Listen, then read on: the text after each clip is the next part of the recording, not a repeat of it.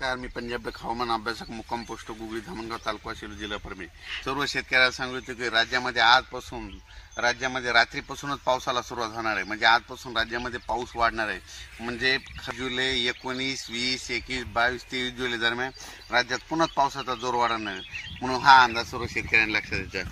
राज्यात इतर परिस्थिती बघितली तर राज्यामध्ये सांगायचं झालं तर 19, 20, 21, 22, 23 दरम्यान राज्यात चांगला जोराचा पाऊस पडणार आहे. ठिकठिकाणी जोराचा पाऊस पडणार आहे.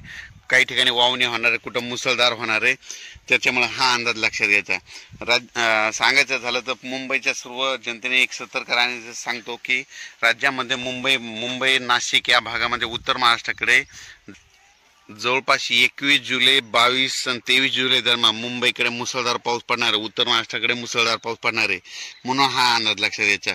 त्याच्यामध्ये राज्यात सांगायचं झालं तर परत एकदा 25च्या दरम्यान परत एक कमी दाबाचा पट्टा येणार आहे. त्याच्यामुळे 25, 26, 27, 28 दरम्यान जुलै दरम्यान देखील राज्यात चांगला पाऊस पडणार आहे. म्हणून हा अंदाज लक्षात घ्यायचा. पावसाला सुरुवात होणार आहे म्हणून ही अंदाज लक्षात घ्यायचा.